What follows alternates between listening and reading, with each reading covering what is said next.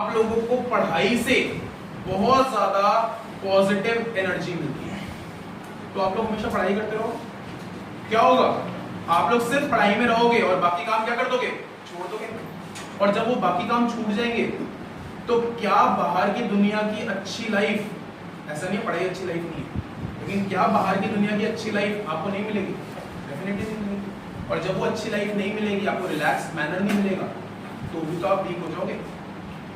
इसका ये मतलब नहीं है कि मैं रूम में बंद होके सिर्फ योगा करता रहूं तो मैं बहुत ज्यादा बिल्ड वाला हो जाऊंगा। मैं सिर्फ एक्सरसाइज करता रहूं तो जिमिंग वगैरह से मेरी बॉडी बहुत स्ट्रांग हो जाएगी।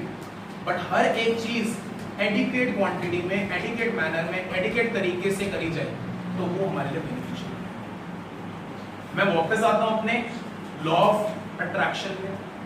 मैं वर्ड यहां पे लॉ को जरा गलत साबित कर, हम लोगों ने पढ़ रखा है न्यूटन्स लॉ, हम लोगों ने पढ़ रखा है ग्रेविटेशनल लॉ, हम लोगों ने पढ़ रखा है साइंस के हिसाब से हर एक लॉ। साइंस के हिसाब से हर एक लॉ क्या कहता है कि यहां पे कैलकुलेशन की वैल्यू लिखो, दूसरी कैलकुलेशन की वैल्यू निकलो तो तीसरी की वैल्यू निकलती है। W = m × g हमने पढ़ा है।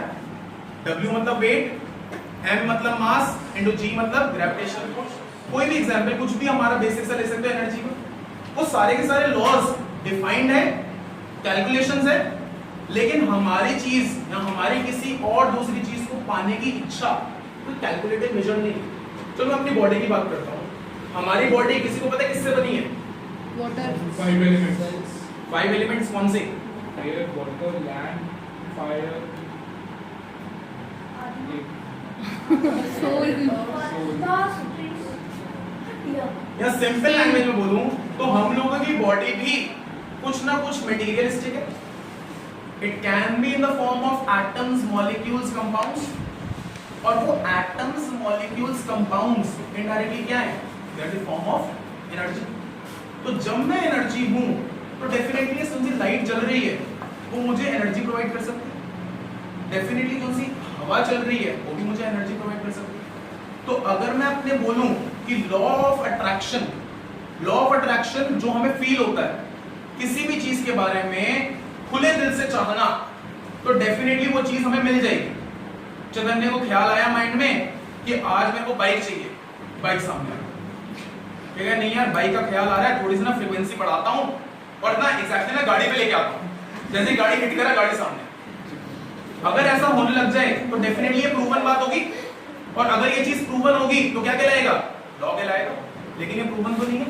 हम लोग सोचते हैं मुझे गाड़ी चाहिए, पापा पीछे से लात मारते हैं, गाड़ी पहले साइकिल चला ले, यही होता है। तो वो क्या हो जाता है? वही का वही। तो definitely it is not law.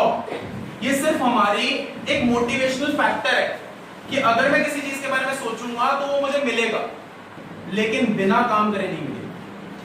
जब तक आप उसकी तरफ पॉजिटिव एनर्जी नहीं लगाओगे, जब तक आप उसकी तरफ पुश नहीं होगे, तब तक वो चीज आपको नहीं मिलेगी। और वो पॉजिटिव एनर्जी या पॉजिटिव पुश कैसे आएगा? जब आपको उसका पूरा का पूरा क्या पता होगा? मैकेनिज्म। और मैकेनिज्म कैसे पता चलेगा? जब आपको जानना होगा कि वो कैसे काम कर रहा है।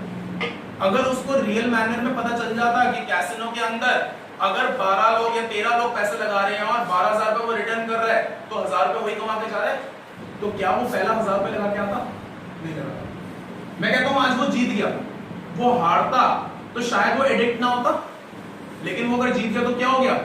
एडिक्ट हो गया। 90% गैम्बलर भी तभी बनते हैं क्योंकि हम लोग एडिक्ट हो गए। लेकिन एडिक्शन क्या है? गलत है। शायद हो सकता है ज्यादा सोच या ज्यादा अर्ज टू अर्न मनी की वजह से वो क्या हो जाए? एक ही जगह पे फोकस हो जाए। और फोकस होने की वजह से क्या हो? जो वो सारा का सारा पैसा है वो लगा के हार जाए। और जिस दिन वो हार गया सब कुछ लॉस हो जाएगा। क्यों? क्योंकि उसको मैकेनिज्म ही नहीं पता। हाँ, अगर मैकेनिज्म पता होता तो क्या करता?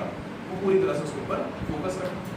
तो इतनी सी बात समझ में आती है, इतनी सी बात हमारे सामने आती है कि कोई भी चीज जो आप पाना चाहते हो उसको पाने का तरीका अगर आपको पता है, अगर आपको ये चीज पता है कि उसका क्या सोल मैकेनिज्म है, तो डेफिनेटली उसकी तरफ जी जान लगा।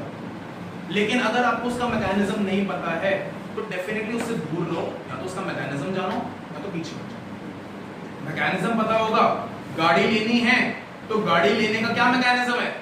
अच्छी तरह से मेहनत करो, 12th में मार्क्स अच्छे स्कोर करो, मेहनत करके काम करके आओ, पैसे कमाओ, सेविंग करो, चाहे इंश्योरेंस वाले के पास जाओ या आपके वो उसके पास जाओ, क्रेडिट कार्ड वाले के पास जाओ, इंस्टॉलमेंट्स पे गाड़ी ले आओ, मिल जाएगी गाड़ी, डेफिनेटली मिलेगी।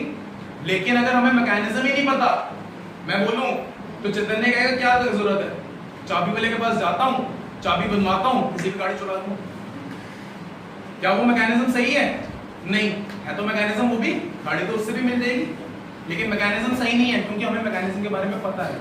और जिन चीजों के मैकेनिज्म के बारे में हमें पता होता है वो क्या है, बिल्कुल जायज। लेकिन जिन चीजों के मैकेनिज्म के बारे में पता ही नहीं होता उनको हम लोग फॉलो ही क्यों करते हैं?